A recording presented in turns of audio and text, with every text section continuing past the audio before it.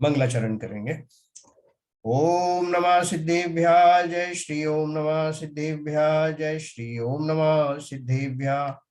मंगलम भगवान वीरो मंगलम गौतमो गणी मंगलम कुंद कुंदाद्यो जैन धर्मोस्तु मंगलम। सर्व मंगल मांगल्यम सर्व कल्याण कारकम प्रधानम सर्वधर्माणां जैनम जयतु शासनम जैनम जयतु शासनम जैनम जयतु शासनम। देखिए हमने कल जो बहन जी ने 54 नंबर का जो दोहा पढ़ा था, मैं भी आप स्क्रीन शेयर करता हूँ। उस दोहे में जो कुछ बात आई थी वो बहुत सिंपलीफाई करके मैं आपको आज बताऊंगा।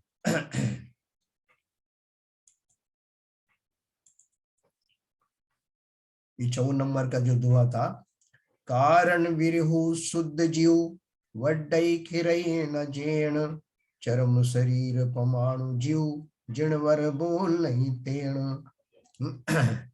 ये 54 नंबर का था और इसका जो अर्थ इसमें जो दिया है वो ये है।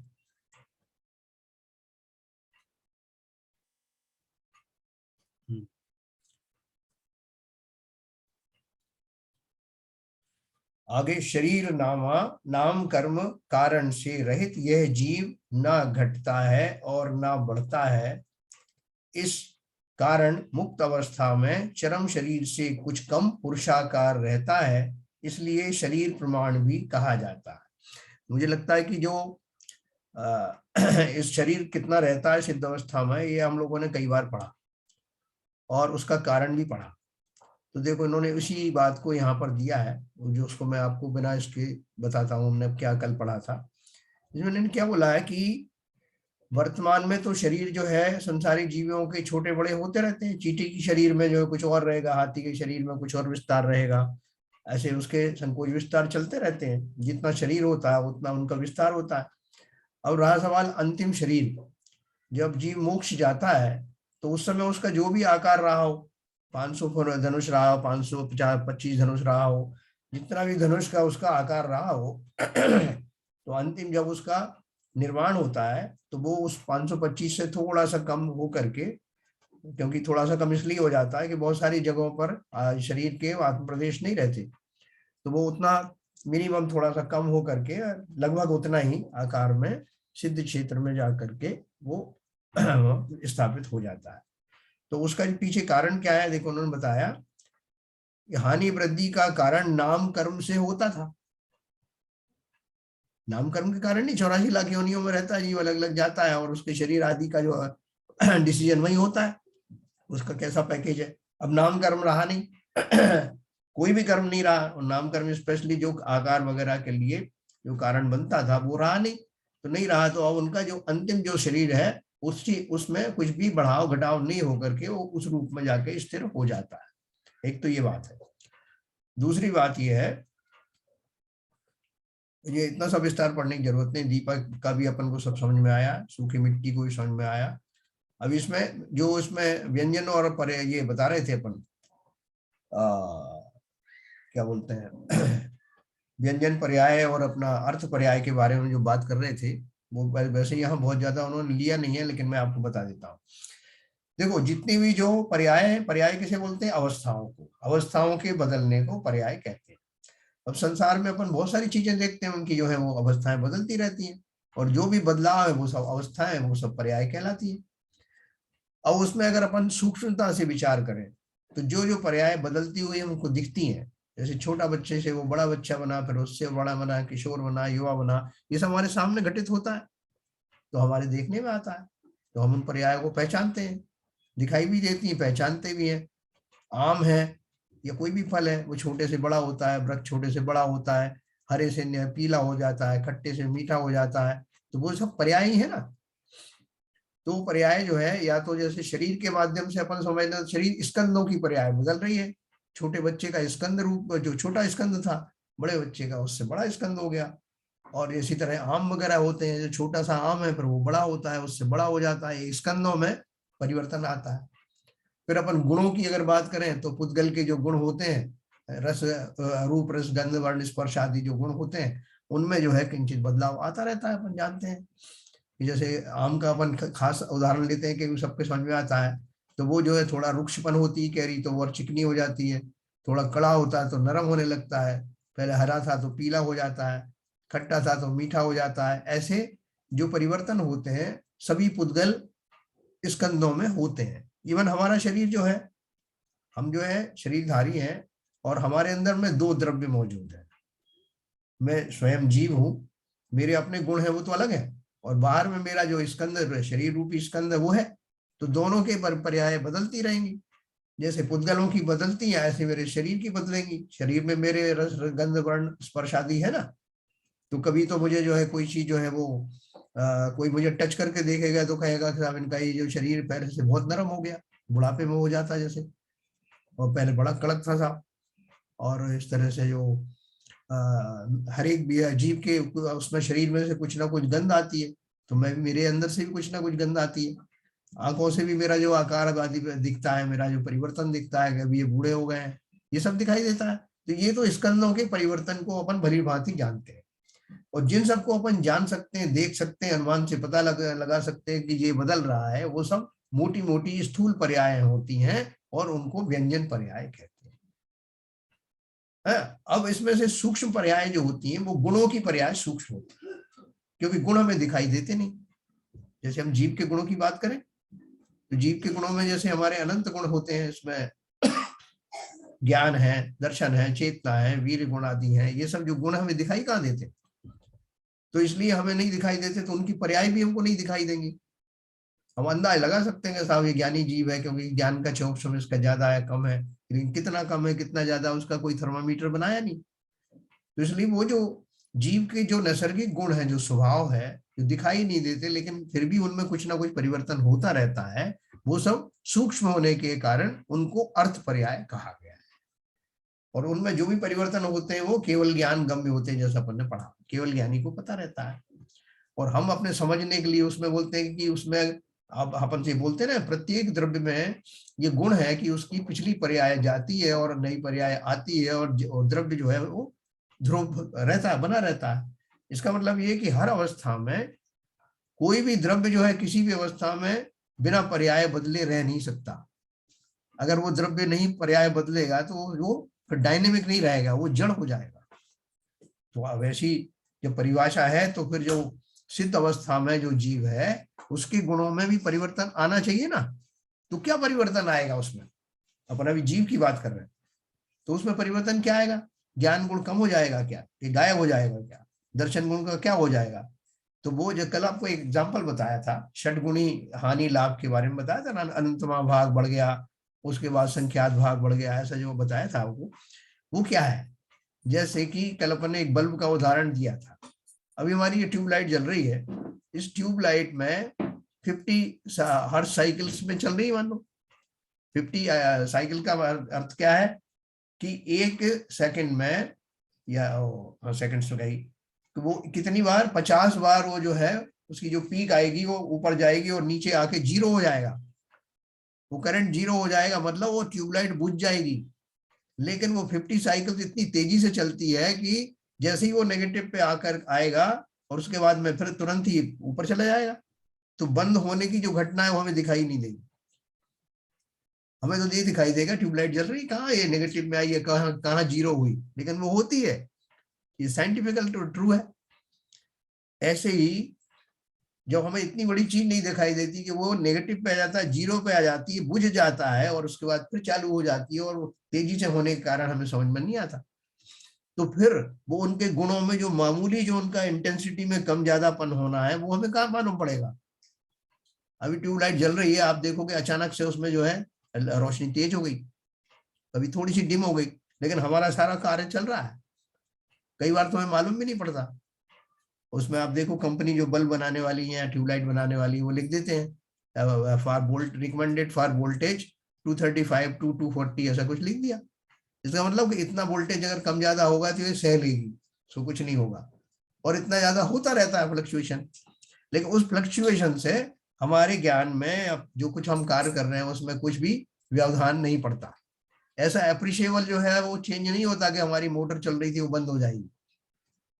तो ऐसा सूक्ष्म जो परिवर्तन है सभी गुणों में जो हमारे हैं और भी द्रव्यों के जो गुण हैं उनमें होने वाले ऐसे सूक्ष्म जो परिवर्तन है वो कहलाती तो पर्याय है, लेकिन कैसी पर्याय कहलाती है? सूक्ष्म होने के कारण वो सब अर्थ पर्याय कही जाती है। तो इतना ही आप समझिए अर्थ पर्याय का और ये व्यंजन पर्याय। इसका कभी विस्तार करना हो, मेरे पास नोट्स बने हुए हैं पूरे, मैं आपको बहुत विस्तार से बता सकता हूँ इसमें कि गुणों की पर्याय कैसे होती, द्रव्य की पर्याय कैसे होती, विभाव पर पर्याय कैसी होती, स्वभाव पर्याय कैसी होती है। ये मैंने अलाप पद्धति और एक दो और पुस्तकों से निकाल के बहुत दिन पहले मैंने एब्स्ट्रैक्ट नोट बनाए हुए हैं, तो कब कभी अपन उसमें आएंगे तो मैं आपको विस्तार से बताऊंगा। 6-7 पेज में है वो लेकिन ये इस संक्षेप इंट्रोडक्शन से आप समझ गए होंगे कि व्यंजन पर्याय जो है वो स्थूल पर्याय हैं, और मुख्य तौर से व्यंजन पर्याय जो आकार संबंधी जो चीजें होती हैं, यानी प्रदेश संबंधी, स्पेस संबंधी जो परिवर्तन होते हैं वो सब व्यंजन पर्याय में आते हैं। कि वो हमें दिखाई देते हैं कि छोटा था, बड़ा हो गया, मोटा हो गया, पतला हो गया, तो इसलिए उसमें मुख्य रूप से जो दिखाई देने वाले परिवर्तन है वो सब आते हैं। और अर्थ पर्याय में वैसे सूक्ष्म परिवर्तन जो हम अंदाज तो लगा सकते हैं धीरे धीरे परिवर्तन, हाँ, लेकिन हम उसको समझ नहीं पाते, और उनसे उनको अगर हमने नहीं भी नोटिस किया तब भी उनमें पर्याय तो बदलती रहती हैं और हमारे कोई कार्य में व्यवधान नहीं पड़ता हमारे, यानी हम जब सिद्ध बनेंगे तो, या अभी जो सिद्ध बने हैं उनके जानने आदि के व्यापार में किसी तरह की कोई कमी आती नहीं। वो जो कोई पूछेगा ना कि भाई आप बताओ उनके गुणों में क्या परिवर्तन होता है, आप बोलते हो कि पर्याय तो जो है हर एक द्रव्य का नियम है, तो आप बताओ सिद्धों में क्या पर्याय बदलती है? तो उसका उत्तर ये दिया है कि उनमें अगुरु लघुत्व नाम का जो गुण होता है सभी द्रव्यों में होता है, उस गुण के कारण से उनके जो गुण हैं उनमें षटगुणी हानि वृद्धि होती है। अनंतमा भाग से फिर थोड़ा सा और कम होके फिर संख्यात्मा भाग, असंख्यात्मा भाग, ऐसे करते करते होगा, लेकिन वो भाग कितना सा होता है, मतलब बहुत मामूली डिफरेंस होता है, वो बहुत सिग्निफिकेंट नहीं होता और केवल ज्ञान गम में होता है। तो हमको इससे कोई फर्क नहीं पड़ेगा, ना सिद्धों को पड़ेगा, ना हम जब सिद्ध बन जाएंगे हमको पढ़ने वाला है। तो ठीक है, लेकिन जानकारी के लिए अवश्य जानना पड़ेगा, क्योंकि गुणों का सवाल है कि सभी के द्रव्यों में जो गुण होते हैं उनकी पर्यायों में उत्पाद व्यय कैसे घटित होता है, इसलिए आपको थोड़ा इंट्रोडक्शन बताया। अभी देखिए मैं आपको 55 नंबर का अभी बताऊं, उसके पहले मैं आपको अनम्यूट कर देता हूं, तो कुछ बीच में पूछना हो तो आप पूछ सकते हैं।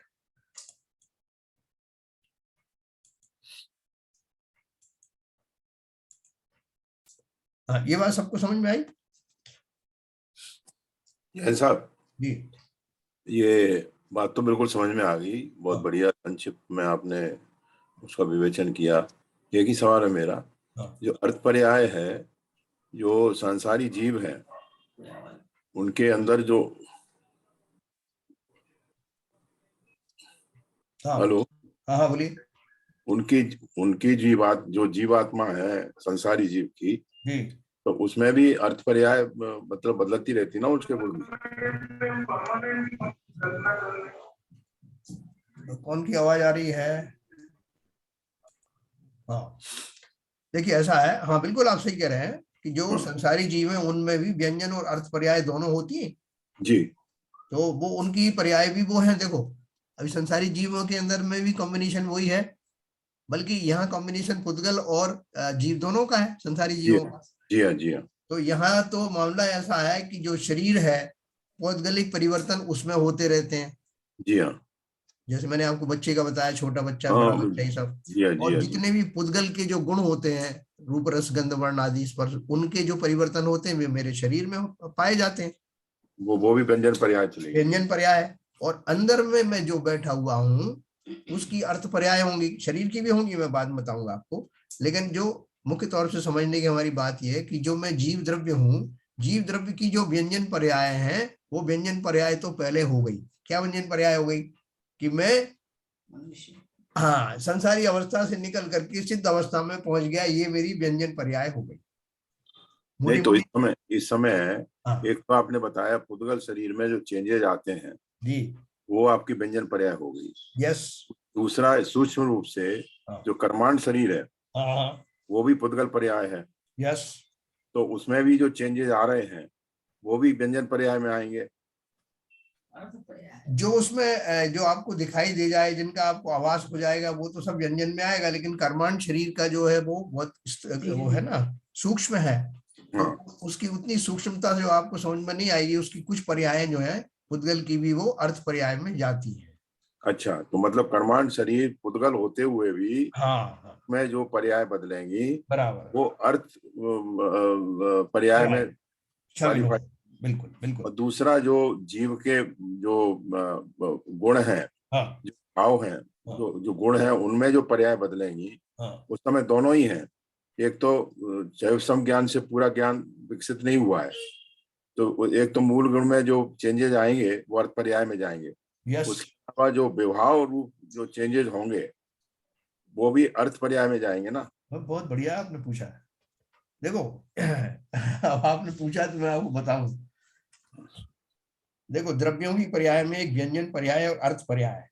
व्यंजन पर्याय के दो भाग हैं जी। स्वभाव द्रव्य व्यंजन पर्याय और विभाव द्रव्य व्यंजन पर्याय। ये आज मैंने उसमें देखा, प्रमला जी ने जो हाँ, टेबल चार्ट डाला। चार्ट भेजा था, हाँ, चार्ट डाला। है ना। तो फिर उसके बाद में फिर उसके फर्दर क्लासिफिकेशन है स्वभाव गुण व्यंजन पर्याय, विभाव गुण व्यंजन पर्याय, है ना। एक तो द्रव्य पर्याय होती है और एक व्यंजन उनके गुणों की पर्याय होती है। जी जी जी। संपूर्ण द्रव्य की एक पर्याय होगी और उसके एक एक स्पेसिफिक गुण की पर्याय होगी। जी। जैसे मैंने आपको कैरी का उदाहरण दिया, हाँ ये कैरी है, वो कैरी जो है वो पूरी बदल रही है, वो खट्टे से मीठी हो रही है वो, जी और उसमें और दूसरे बदलाव आ रहे हैं, वो कड़ी से नरम हो रही है और वो बड़ी विस्तार भी बढ़ रहा हो रहा है। तो ये सारी चीजें उसमें सारे गुण मिलकर के उस कार्य को अंजाम दे रहे हैं। और as a result total carry नाम का जो द्रव्य, अपन कैरी को एक द्रव्य मान लो समझने के लिए, वो कैरी नाम का द्रव्य बदल करके आम द्रव्य में बदल गया और ये परिवर्तन हमने साक्षात देखा। जी तो ये व्यंजन पर्याय हो गई। जी। अब मैं उसके गुणों की अगर बात करूं एक एक की, कैसा वो उसका जो हरा गुण था वो पीले में बदला, तो वो उसका जो है वो कौन सा गुण कहलाएगा, वो उसका उसका गुणों में परिवर्तन कहलाने के कारण वो क्या कहलाएगा, गुण व्यंजन पर्याय। अच्छा। व्यंजन तो है क्योंकि दिखाई दे रही है, अब हाँ, गुण का स्पेसिफिक में परिवर्तन बता रहा हूं, इसलिए गुण व्यंजन पर्याय हो गई। तो इसमें स्वभाव व्यंजन पर्याय और विभाव व्यंजन पर्याय क्या होगी आपके केस में? हाँ देखो, जीव की स्वभाव द्रव्य व्यंजन पर्याय बताता हूँ। जीव है ना अपन, जी। उसकी स्वभाव द्रव्य व्यंजन पर्याय क्या होगी। अंतिम शरीर से कुछ कम जो सिद्ध पर्याय है वह जीव की स्वभाव द्रव्य व्यंजन पर्याय है। वाह। यह सिद्ध पर्याय जीव की शुद्ध पर्याय है, इसलिए स्वभाव पर्याय है। ठीक है। जी हाँ। किसी विवक्षित गुण की पर्याय नहीं है, इसलिए द्रव्य पर्याय है। टोटलिटी में बदल गई ना, पूरा है। मेरा जो संसारी अवस्था से बदल करके सिद्ध पर्याय में आ गया हम्म। और स्वभाव में आ गया, इसलिए स्वभाव है। दिखाई दे रहा है अप्रिशिएबल चेंज, इसलिए व्यंजन है। हम्म। टोटल द्रव्य की, इसलिए द्रव्य का चेंज हुआ, तो द्रव्य व्यंजन स्वभाव पर्याय हो गई, सिद्ध अवस्था। सिद्ध अवस्था। और उनके जो गुणों में जो सटकट जो हानि लाभ हो रहा है हाँ, वो अर्थ पर्याय हो जाएगी। नहीं देखो सुनो, जीव की स्वभाव गुण व्यंजन पर्याय अब आपको बताता हूं।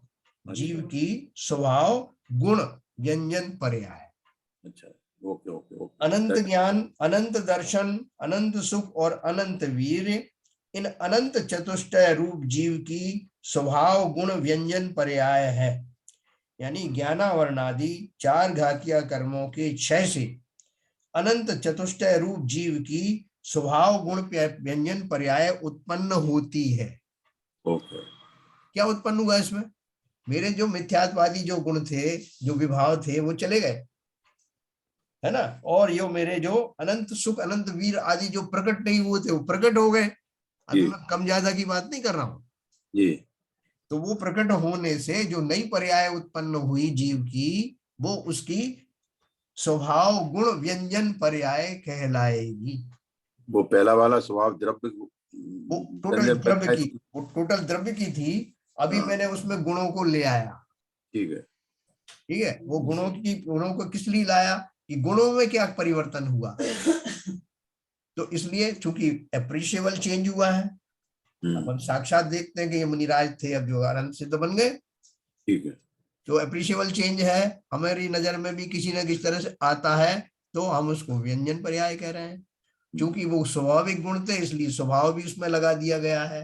क्योंकि स्पेशली गुणों की वजह से वो पर्याय घटित हुई है इसलिए गुण भी लगा दिए गए। ठीक है। इसलिए मैंने क्या कहा, ये जीव की स्वभाव गुण व्यंजन पर्याय के कारण जीव के वो अनंत चतुष्टय आदि गुण थे, उनमें बदलाव आया। ठीक है सर? ठीक है। अब इसमें अर्थ पर्याय का कहाँ समावेश रहेगा? हाँ अभी सुनो। अच्छा देखो, ये अनंत हो गया। अब इसके बाद में आपको बताऊंगा,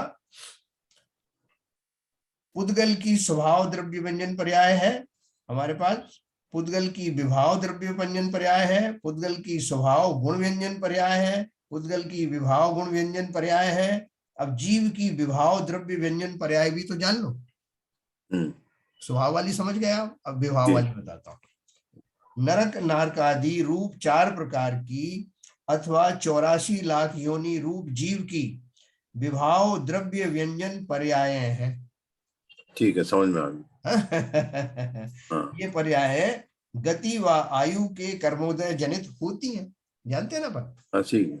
और जीव स्वभाव का पराभव करके उत्पन्न होती हैं। चूंकि ये जीव के किसी गुण की पर्याय नहीं है, अतः जीव की द्रव्य पर्याय है, विभाव द्रव्य पर्याय। ठीक है ना? ठीक है।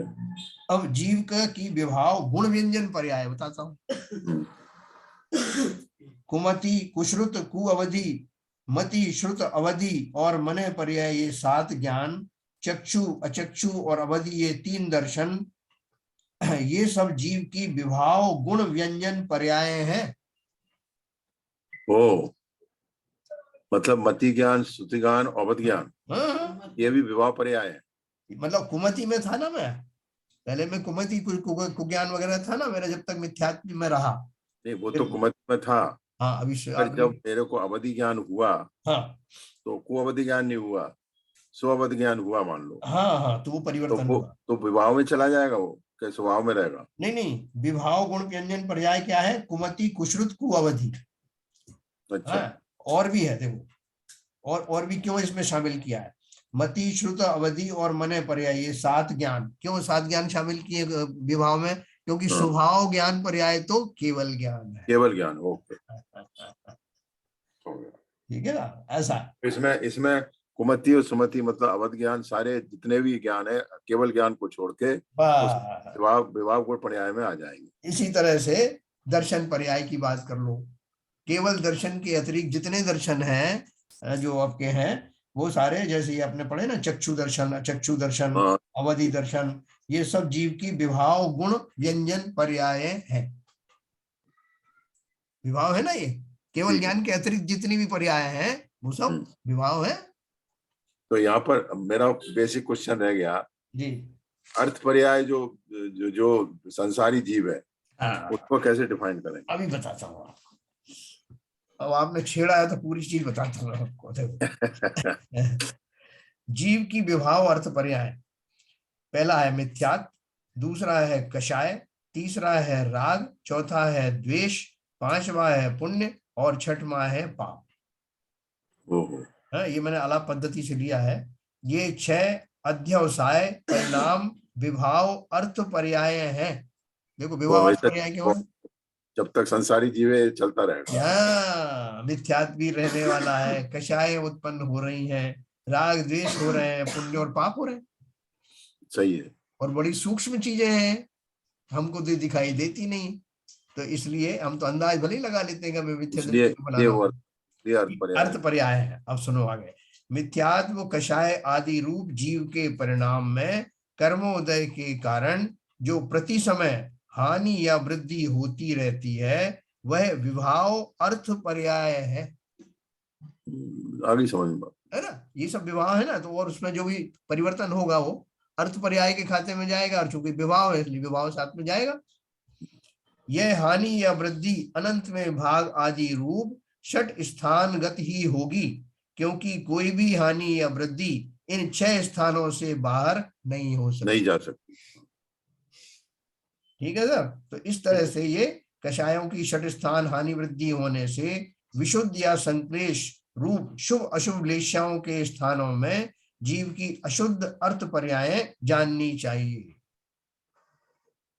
अभी आप उद्गल के और सुन लो, उद्गल की स्कंद जो है उसकी विभाव अर्थ पर्याय क्या होती है।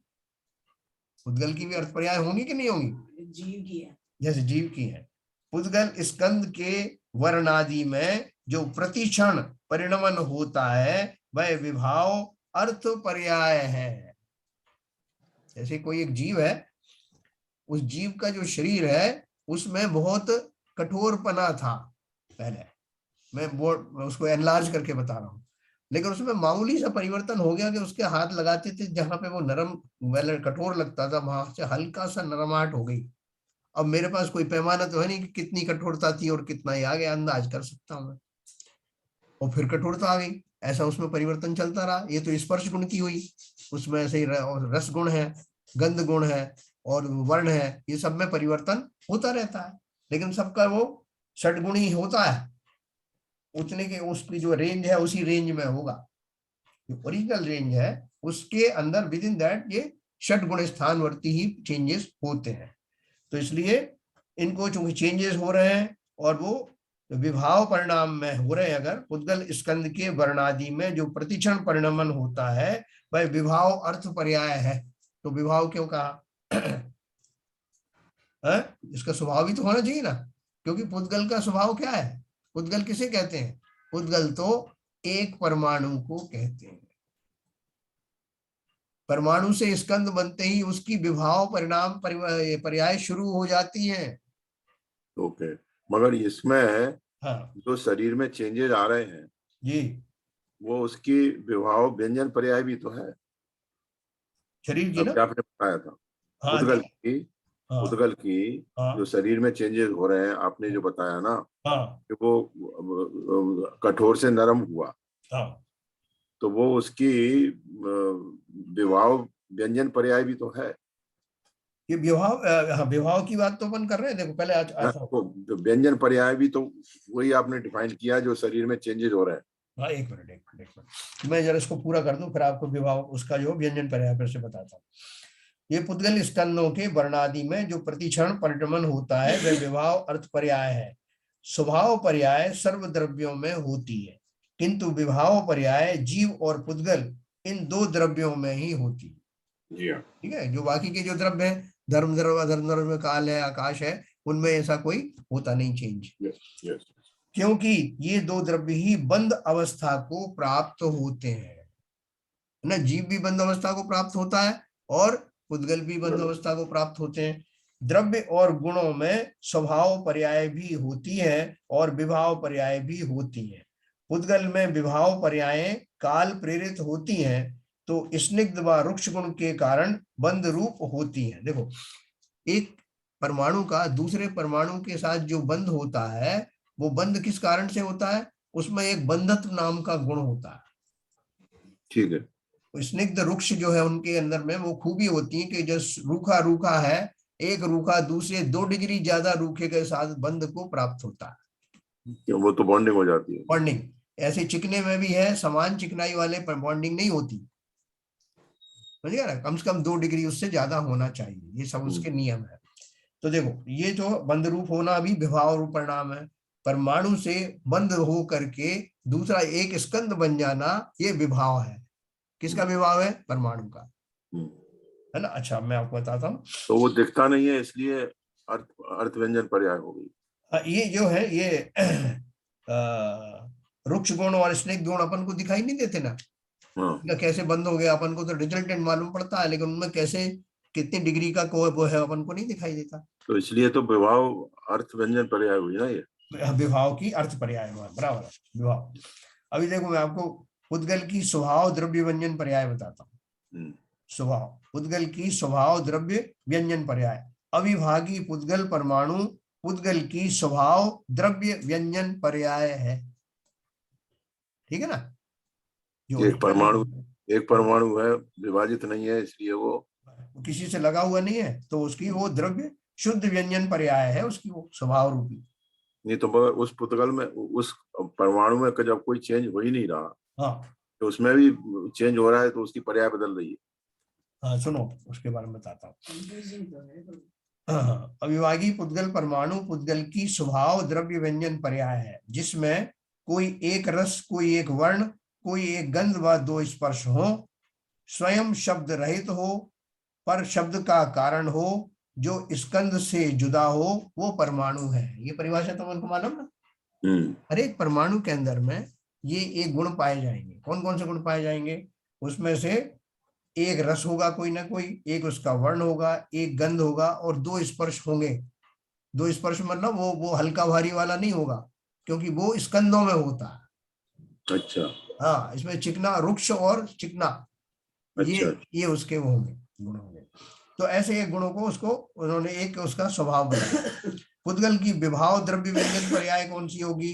द्वि अणुकादिक स्कंद पुद्गल की विभाव द्रव्य व्यंजन पर्याय है।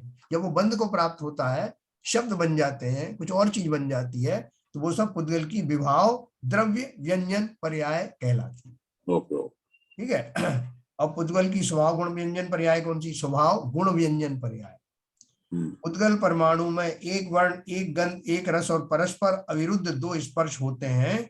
इन गुणों की जो चिरकाल स्थायी पर्याय हैं, वे स्वभाव गुण व्यंजन पर्याय हैं। मतलब समझ में आ गया। हाँ, जो उनकी जो परमानेंटली जो उनके है स्थायी रूप से, हर एक परमाणु में कुछ ना कुछ गंध होगी ना, उसका स्थायी रहेगा। उसकी जो पर्याय बदल रही है, तो वो गुण व्यंजन पर्याय हो जाएगी। हाँ, गुण व्यंजन पर्याय। और पुद्गल की विभाव गुण व्यंजन पर्याय कौन सी है? सिकुड़ना, फैलना, दही, दूध आदि विभाव गुण व्यंजन पर्यायों में जाननी चाहिए।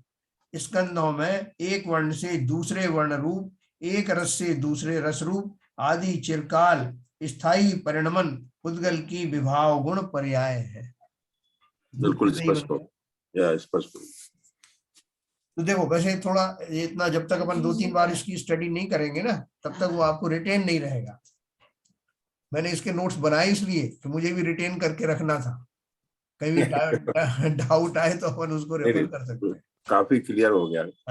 रिटर्न वाली बात तो आगे देखेंगे कितना हुआ। अब मुझे पता नहीं मैंने बाकी लोगों को कंफ्यूज किया या उनका भी कुछ थोड़ा भला किया है, तो भी हमारे बगल वाले जो श्रोता हैं वही बोल रहे हैं कि थोड़ा सा कंफ्यूज कर दिया आपने।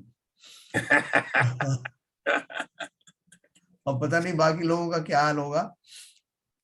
सब लोगों को ठीक से लग रहा है क्या? कुछ क्लियर हुआ है थोड़ा सा? ठीक है भाई साहब, क्लियर हुआ है। इसको 2-3 बार बताया आपकी जो रिकॉर्डिंग है ना वो सुननी पड़ेगी। तो थोड़ा रिटेंशन करने के लिए अभी जैसे सुन रहे हैं तो अच्छा, मतलब कुछ समझ में आया। मैंने शुरू में जो आपको रिकॉर्डिंग को सुनना पड़ेगा, कल रिकॉर्डिंग सुन लीजिए। मैं आपको एक बार फिर से ब्रीफ में बताऊंगा, जिससे आपका थोड़ा बहुत अगर कंफ्यूजन हो गया हो तो अपन पहले वाले हालात पे आ जाए। ठीक है, तो क्या है कि हर एक द्रव्य का कुछ ना कुछ पर्याय बदलती रहती है, ये अपन ने देखा। कुछ पर्याय हमारे ज्ञान में आती हैं, कुछ पर्याय नहीं आती ज्ञान में। ऐसा पुद्गल को और शरीर, पुद्गल और जीव, दो द्रव्यों का ही ऐसा काम होता है। बाकी तो अपनी शुद्ध रूप में ही रहती है ऑलमोस्ट। उनके बारे में अपन चर्चा नहीं कर रहे हैं। हम जीव और पुद्गल की बात कर रहे हैं।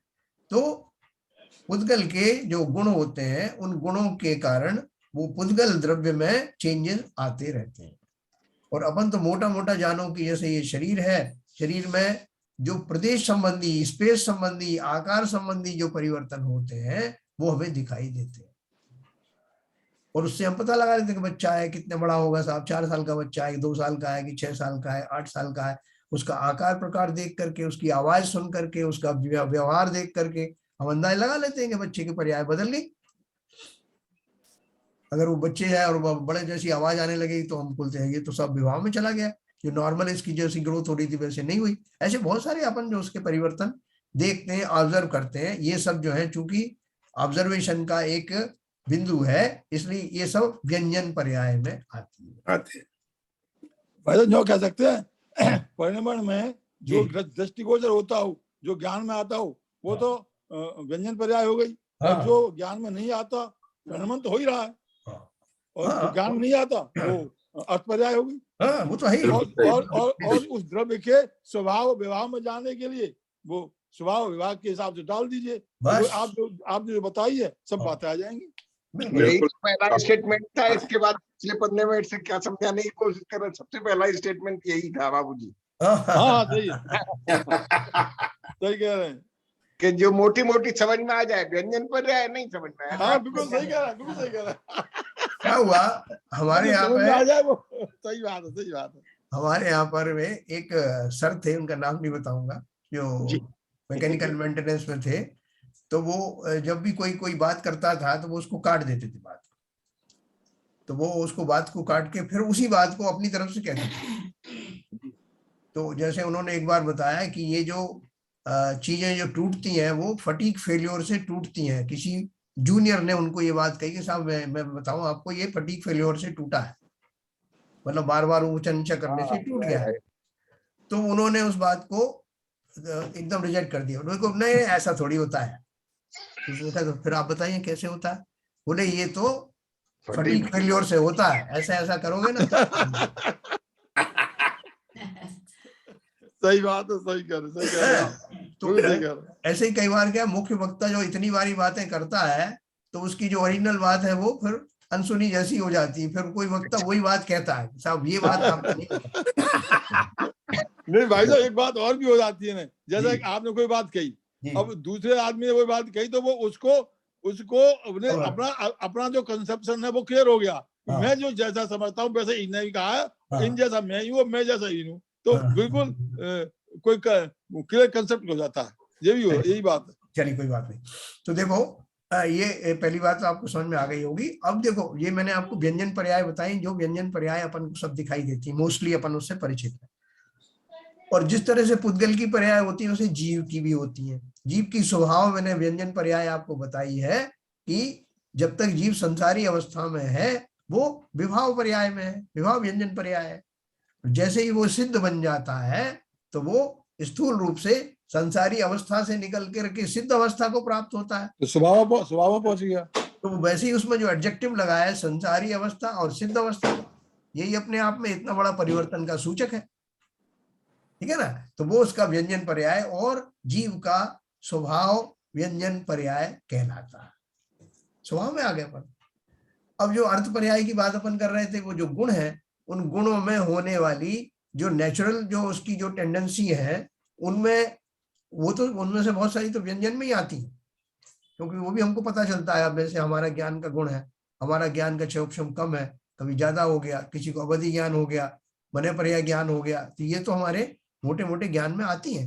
लेकिन उनमें होने वाला जो सूक्ष्म परिवर्तन है, कि ज्ञान में कितना कमी आ गई, वो मैंने आपको ट्यूबलाइट का उदाहरण दिया ना, तो वोल्टेज फ्लक्चुएशन हो रहा है, वो फ्लक्चुएशन हमारे ज्ञान का विषय नहीं बनता, वो केवल ज्ञान गम्य है। उन गुणों में होने वाले फ्लक्चुएशंस हैं, चाहे वो पुद्गल के हों चाहे वो जीव के हों, वो सब अर्थ पर्याय के खाते में जाते हैं। क्लियर हो गया सर, बिल्कुल। बस इतनी सी बात याद रखो। क्योंकि हमें तो दो ही काम करना है, पुद्गल को बेचारे को अपने हाल पे छोड़ देना है और हमें अपनी स्वभाव पर्याय का वर्णन करना है। इसके लिए जानना था, ये अपने आप होता है प्रकृति में, ठीक है सर। और भी अगर इसकी गहराई चाहिए, अपने कई बार जिज्ञासा होती है तो अपन फिर कभी टॉपिक ले लेंगे, अलाप पद्धति आदि, तो उसमें सब विस्तार से आ जाएगा, ठीक है ना। तो सीवी जन साहब को जिज्ञासा थी, अच्छा है, तो ये कहीं ना कहीं उनको ध्यान रहेगा और आगे बढ़ने की जिज्ञासा उत्पन्न करेगा। तो ये मैंने आपको 94 हमारा 54 नंबर का ये दोहा आपको बताया। अभी किसी और को कोई डाउट हो तो पूछ सकते हैं, फिर अपन अगला 55 पे चलेंगे। हरभजन साहब ठीक है, बहुत सुंदर, चलिए बढ़िया। तो हम एक और दोहा पढ़ेंगे और फिर आपके साथ साथ इसको शेयर भी करते जाएंगे।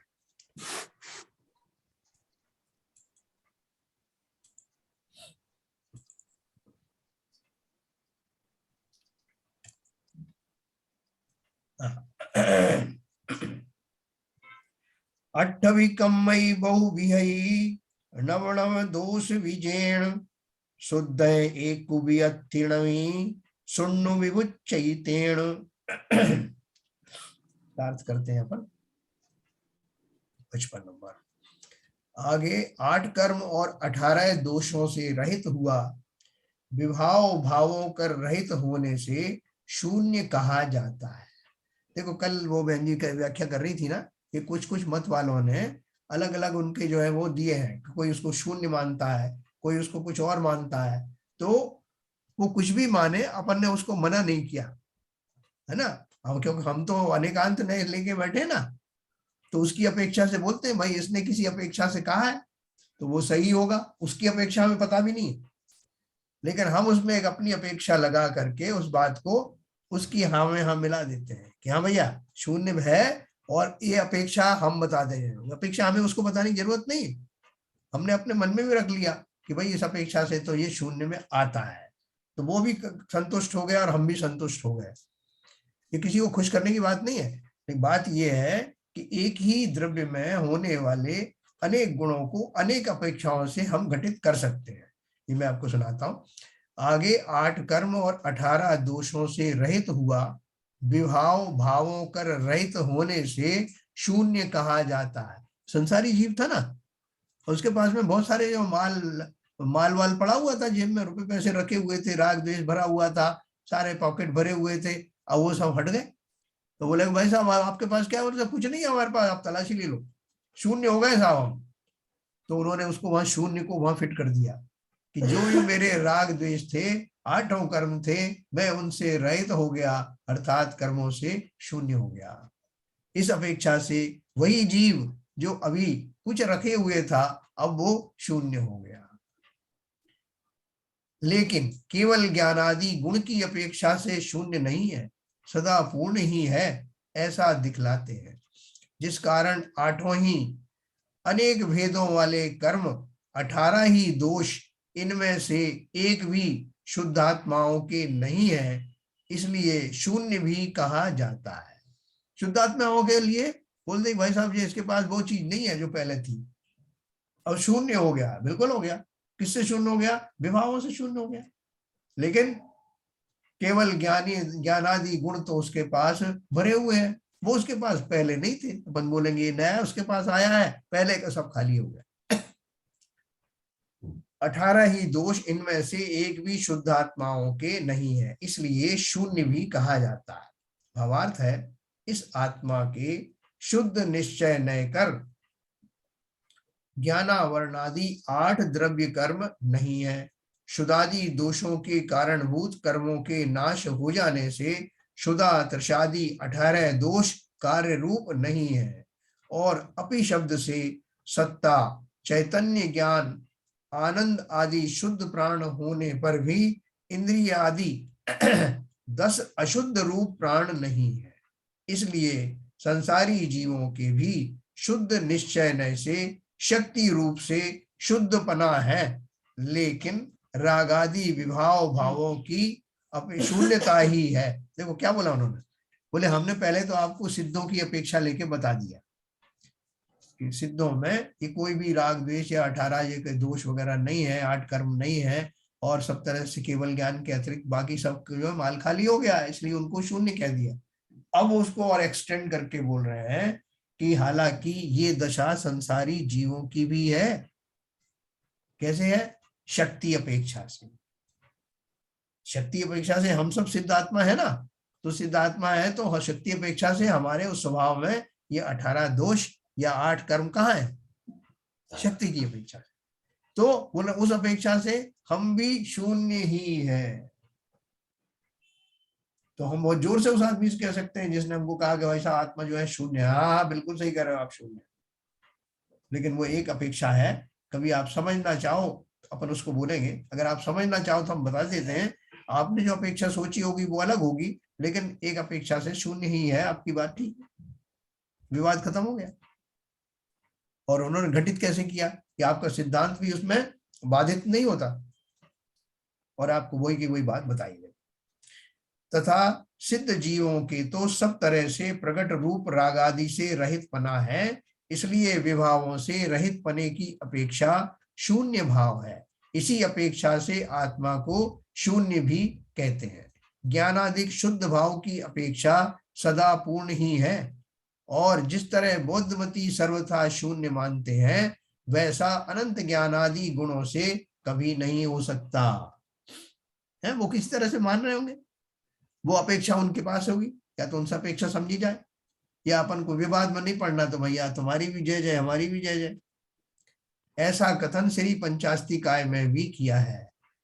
जयसिम जीव सहाओ इत्यादि। इसका अभिप्राय यह है कि जिन सिद्धों के जीव का स्वभाव निश्चल है, जिस स्वभाव का सर्वथा अभाव नहीं है, वे सिद्ध भगवान देह से रहित हैं और वचन के विषय से रहित हैं, अर्थात जिनका स्वभाव वचनों से नहीं कह सकते।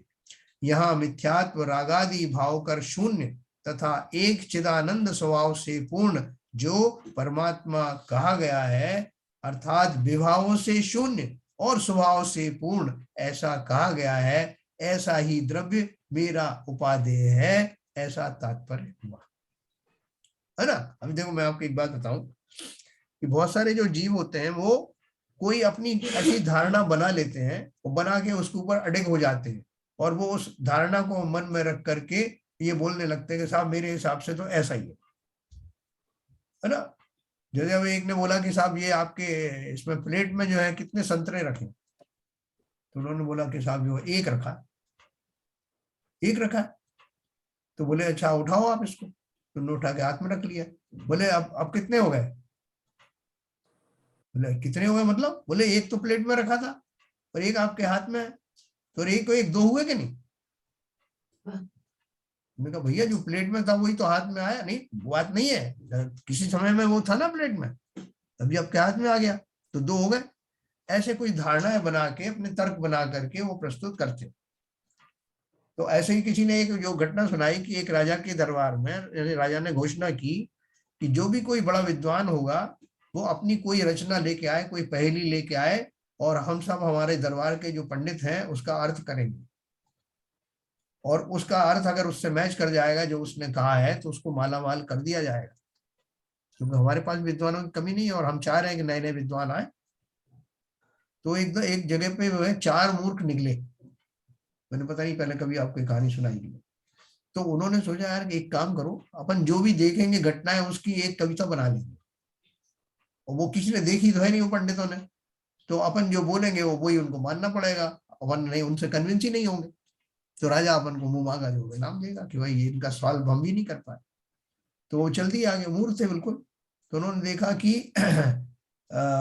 एक जगह पे जामुन का पेड़ मिला उनको, तो उसमें से जामुन बहुत सारी गिर रही थी टपाटप।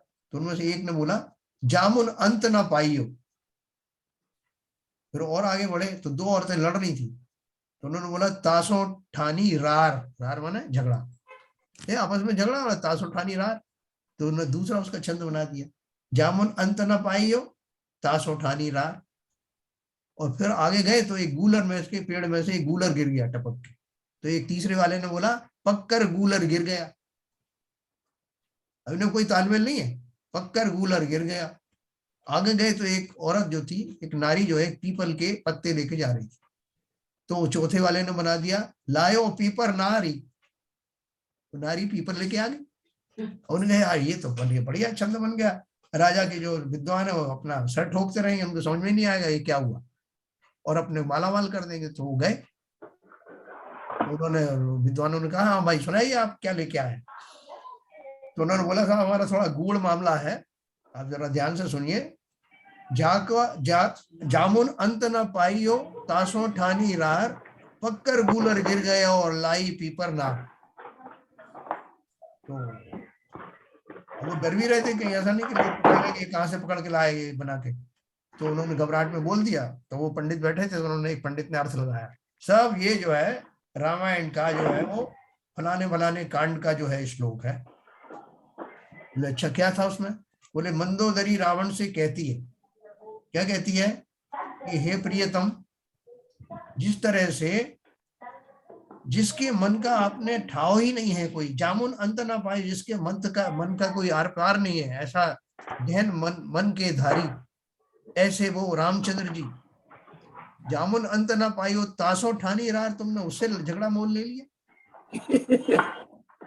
है? और पक्कर गूलर गिर गया लायो पीपर। जिस तरह से गूलर पक्के गिर जाता है ऐसी तुम्हारी सोने की लंका गिर जाएगी, लायो पी पर का उन्होंने अर्थ किया, पी माने पिया, पर माने पर नायो, लायो पी पर नारी। हे पिया, आपने जो परनारी को लेकर के आए हैं उसकी वजह से ये लंका सोने की ढा दी जाएगी। किसकी आवाज आ रही है, जरा बंद करो भाई, है ना। तो उन्होंने उसका ये अर्थ निकाला कि मंदोदरी ने रावण को समझा। अब वो जो मूर्ख थे उनको तो पता ही नहीं था कि इसका ऐसा भी अर्थ हो सकता है, तो उनसे पूछा क्यों भाई यही अर्थ था? तो वो अब कैसे कहेंगे नहीं ये कोई अर्थ नहीं थे, हमने तो ऐसे ही जंगल में कुछ जा रहे थे। तो उन्होंने कहा नहीं नहीं बिल्कुल सही कहा आपने, यही अर्थ था, बिल्कुल सही अर्थ पहचाना। तो इस तरह से लोग क्या करते हैं, अपना वो कुछ तो भी इधर उधर का ला करके और वो ये जो बना लेते हैं, जैसे किसी ने बोला कि आत्मा शून्य है, किसी ने बोला बनाना है, वो कुछ अपने अंदर में वो बना के रख लेते हैं और उसके हिसाब से उसको पेश करते रहते हैं। उनके पास कोई बहुत बड़ा लॉजिक नहीं होता। तो इस तरह से आप भी समझ रहे ना, कभी आपको कोई कविता विता लिखने का मन करे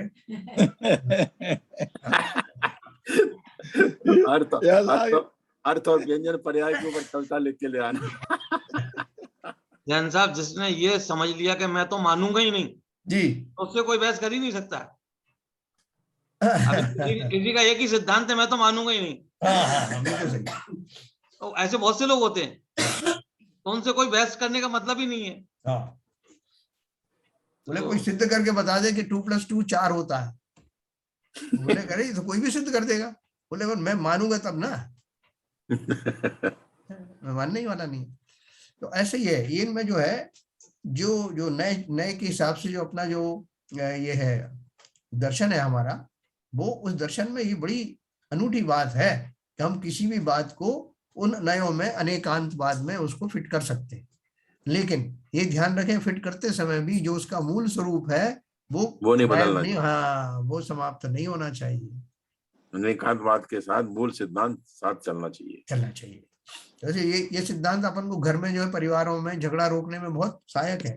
उस समय तो खैर तुम्हारी बात भी सही है, तुम्हारी बात भी सही है, लेकिन फिर सोचना पड़ेगा कि सही कैसे ये बताई जाए। वो तरीके से बताना पड़ेगा, नहीं झगड़ा हो जाएगा। वो इस तरह से सही थोड़ी, आप भी सही हो, आप भी सही हो, आप भी सही हो। अब झगड़ा हो रहा है तो न्याय के लिए आए तो बाबूजी कह रहे हैं अच्छा हम सोच के बताएंगे। ठीक है सही। तो आपको ठीक, आज का विषय थोड़ा हल्का हुआ? नहीं ठीक है, बढ़िया, बहुत अच्छा रहा। आज बहुत बढ़िया रहा। तो अपने को थोड़ा सा हल्के फुल्के रंग से जरा समझना है विषय को, यही अपनी वो है। आप ये कला है भाई साहब आपकी। आप बोर नहीं होने देते। नहीं, तो देखिए अभी बहन जी कल भी नहीं आ पाएंगी, इसलिए आपको जो मेरा जो भरा हुआ गला है उससे काम चलाना पड़ेगा। अरे भरा, हमें तो भरा दिखाई नहीं दिया, खाली दिखाई दे रहा है। हमें तो गला भरा हुआ दिखा, गला नहीं।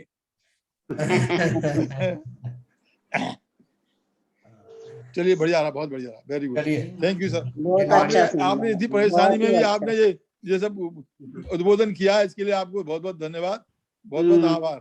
चलिए साहब, धन्यवाद आपका। ललित जी नहीं सही में बहुत अच्छा समझाते हैं। नित्यतम नाश वेको ज्ञान के प्रकाश वेको अपरवास वेको भानु सी बखानी है। छो द्रव्य जान वेको बंध विधि भान वेको स्वपर पिछान वेको परम प्रमाणी है। अनुभव बताए वेको जीव के जताए वेको कहू न सताए वेको भव्य और रानी है। जहाँ तहाँ तार वेको पार के उतार वेको सुख विस्तार वेको यही जिन वाणी है।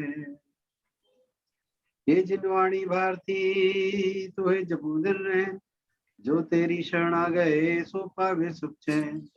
जिनवाणी के ज्ञान से सूझे लोकालो, तो वाणी मस्तक धरो सदा देते हैं दो, सदा देते हैं दो।